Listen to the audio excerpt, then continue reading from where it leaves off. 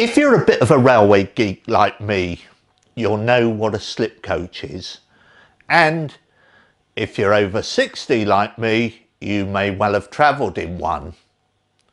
Welcome to the latest of my 10-minute tales. If you like these stories, please share and subscribe to my YouTube channel and you will hear more stories as I make them. Today's story is called The Slip Coach Mystery. So, what was a slip coach? Well, for the railway companies in the early days of the railways, speed was everything. And scheduling an express train with intermediate stops might mean a company losing out to a rival. But the branch line had to be served. The answer was a coach, or sometimes a number of coaches that could be detached from the main rake of carriages without the express train doing anything more than slowing briefly. The slip coach had its own guard and a couple of levers that enabled him to break the coupling and to bring the coach to a stop in the intermediate station, where a shunter would attach it to a small branch line engine to finish its journey. The advantages were manifold. The mainline expresses could maintain a tight schedule and passengers in the slip coach could travel at least part of the way home by express without having to wait for connections. However, the operation was somewhat complex and very expensive and required specially trained guards who were always in short supply.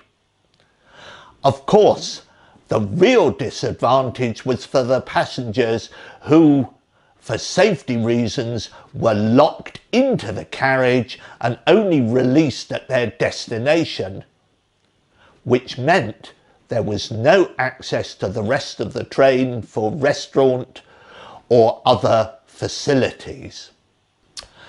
Well, the evening express to Wolverhampton left Marylebone one Friday in the year 1920 at about 6:34 with one slip coach attached. This was due to arrive at a small branch line station in Oxfordshire at 8:15. Nobody noticed anything out of the ordinary, except one of the porters, who recalled later that the majority of passengers in the carriage were women, many of whom were clad in black and some with long black cloaks. You will see that that becomes relevant later. There was apparently some argument on the platform because they wanted to alight at a small halt along the branch line to attend some meeting that they were concerned about arriving late. But that was prohibited by the rules of the company, so they had to continue to the end of the line some 5 miles further on. There was only one man on board apart from the guard. He was lugging a large suitcase and refused to let the porter carry it, thereby doing him out of the sixpence he might have expected. The journey was uneventful. The carriage was duly slipped at the intermediate station, picked up by the branch line engine and brought home exactly on time. Nothing memorable at all, except when the station master unlocked the door, the carriage was empty.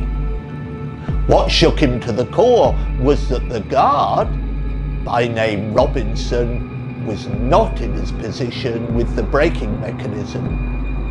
There was, in fact, not a soul on board. Perhaps the station master was a little garrulous in the White Horse that evening because, by the next morning, it was being reported in the national newspapers, who began to call it the slip carriage mystery.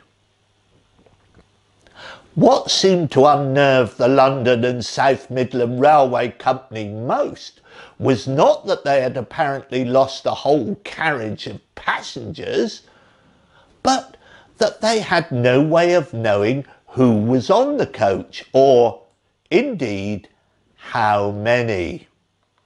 Altogether, the LSM did not come out of the incident well.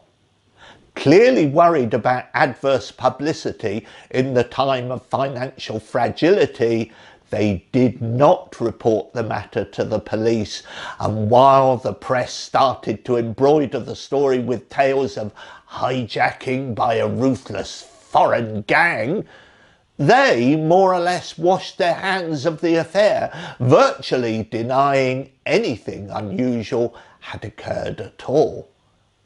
However, there was one passenger on the carriage that the company did know about. It was a gentleman called Walter Butterfield. He was the one with the large suitcase. Walter Butterfield was one of those batty inventors that seemed to abound in the 1920s, an unmistakable shock of white hair and a small goatee beard. He had achieved some notoriety by his claims that he had an invention which he called the coronal effect conveyor, or some such. This, he claimed, could transfer an object from one place to another in an instant. A primitive form of teleportation, presumably. He felt that this would be of great interest to railway companies because, if it worked, you could transfer a whole train from end to end of a railway with no infrastructure, no signals, no bridges, and of course, no cost.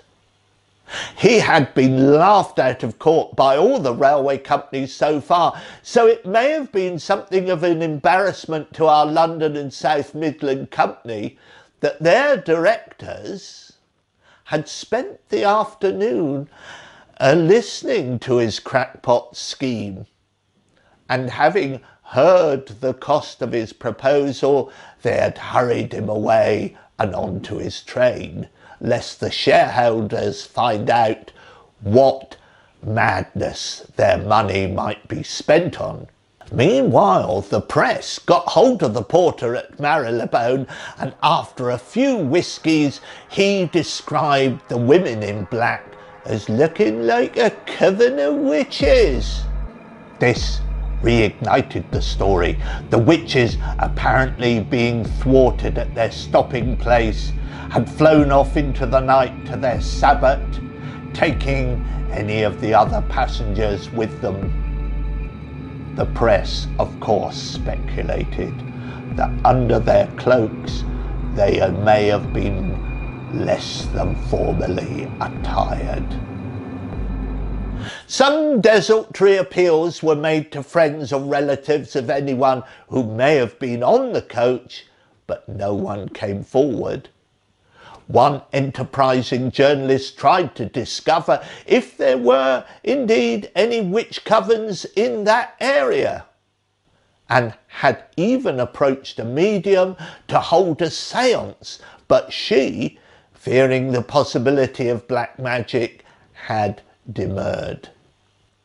And then suddenly somebody thought of Robinson the guard, and nearly a week later an official of the LSM was sent to explain to his wife why he had not returned home on the Friday night.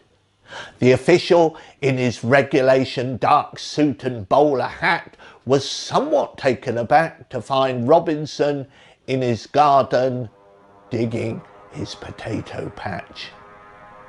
Robinson seemed as puzzled as the official. He had, he said later, been granted leave of absence for a few days to look after his sick wife. His last duty was Thursday. He knew nothing about the Friday service because he had never been on it.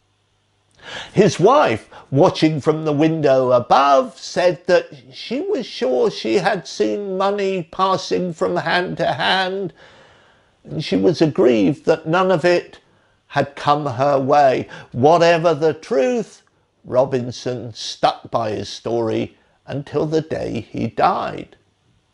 So, what did happen to the passengers of the slip coach on the 6:34 service from Marylebone to Wolverhampton?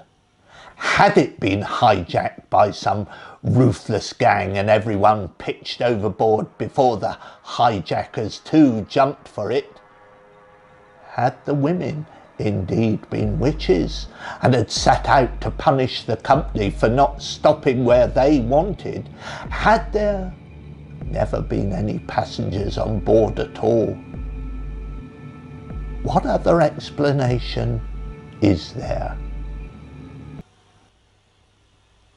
Well, thank you for watching, and I'll see you soon with my next 10-minute tale.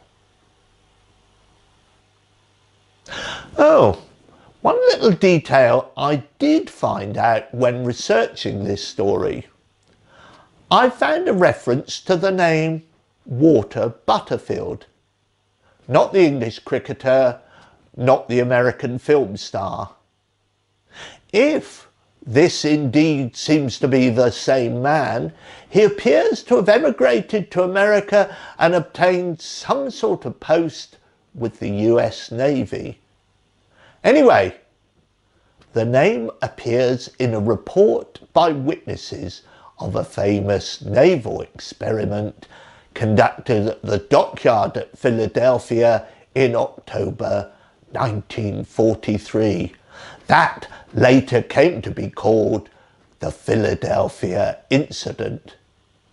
The name could be a coincidence, and I don't imagine it has any bearing on this story. But do Google it if you are unfamiliar.